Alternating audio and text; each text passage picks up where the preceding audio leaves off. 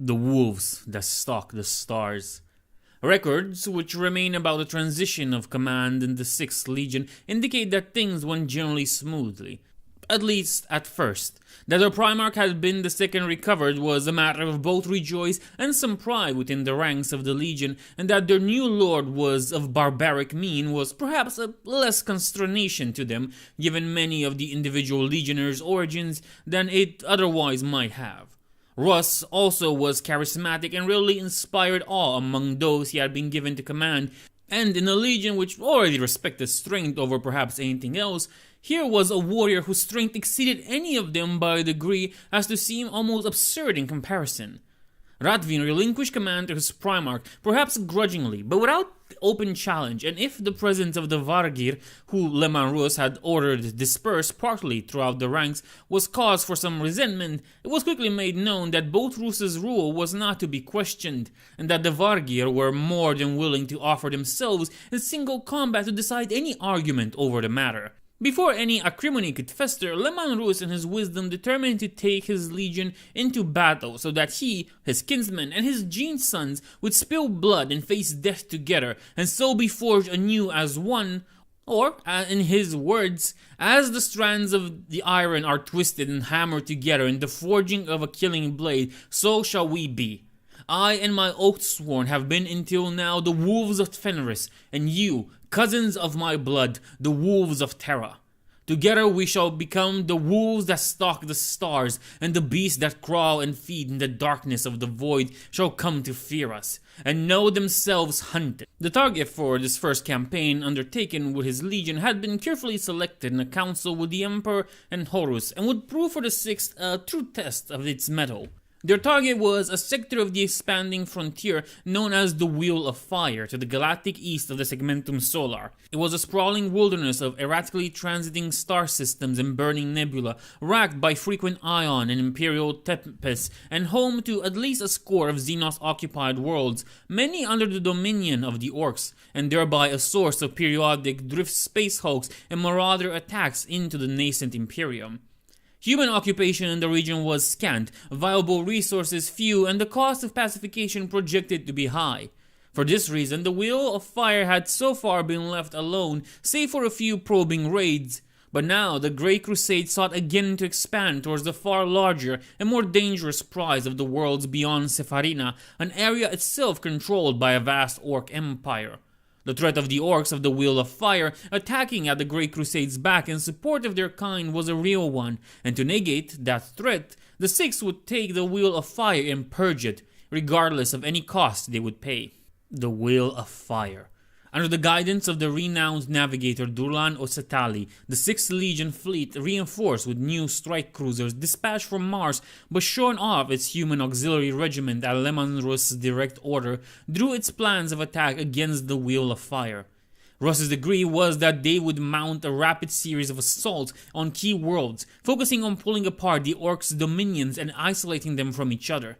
He saw no merit in a set-piece invasion or grinding campaign of conquest and attrition in which the divided and fractious orcs were given a chance to come together against an outside threat and mass their strength as they had proved they could many times before.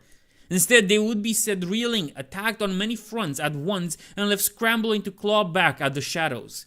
The iron-bitter lessons of Fenris' eternal wolf wars of sea raid and sudden slaughter would serve the 6th Legion well in such a campaign, and offset the advantages of a foe whose warriors outnumbered that of the Legiones Astartes' forces tens of thousands, perhaps hundreds of thousands to one.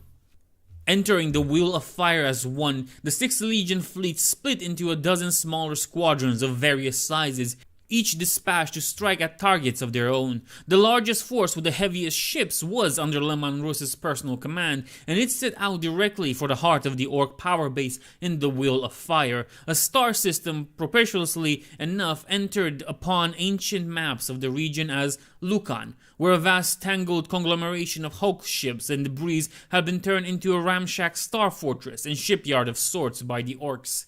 A secondary force of lighter vessels, formed under Ratvin, was sent to target the teeming orc worlds of Gundastol and Kakarash, while the final third of the 6th Legion fleet was fractured down into much smaller units, each comprising a handful of warships and even assigned as the raid crew of single frigates with orders to roam freely and attack targets of opportunity.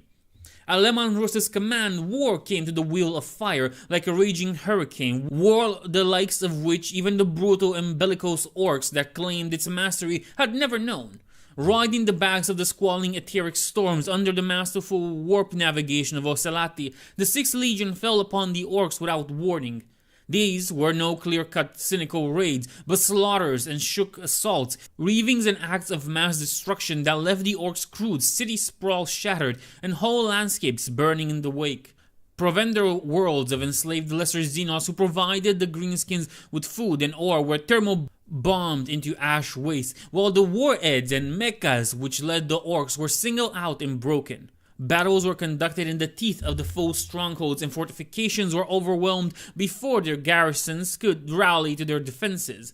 Jagged-hulled orc kill ships were boarded and stormed while still at their docking ports, and dozens of Rox asteroids bases were penetrated to their depths before being blown apart from within. For 5 standard years the war went on, never letting up in tempo, never abating in fury. Casualties for the Legion both in terms of warriors and in ships were frighteningly high, with almost a full third of the Legion destroyed before it was done, and the Wheel of Fire left a graveyard of its war dead. Of the many slain were included the increasingly unstable Enoch Ratvin, crushed in the hydraulic claws of an orc hellcrawler while leading a suicidal charge on Xayat. But for every Legionis Astartes who fell, hundreds, perhaps thousands of orcs perished. This was war without quarter, war without relenting. It was not an act of conquest, but of extermination, and was carried out with a ruthlessness and indefatigability that no unaugmented human could have maintained. It was what the 6th had been made for, and on the Wheel of Fire, just as Russ had promised, it was reforged anew.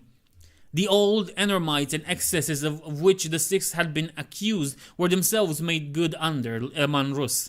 Its bloodlust controlled with discipline and iron will, and its rage shackled by duty and oath-sworn loyalty.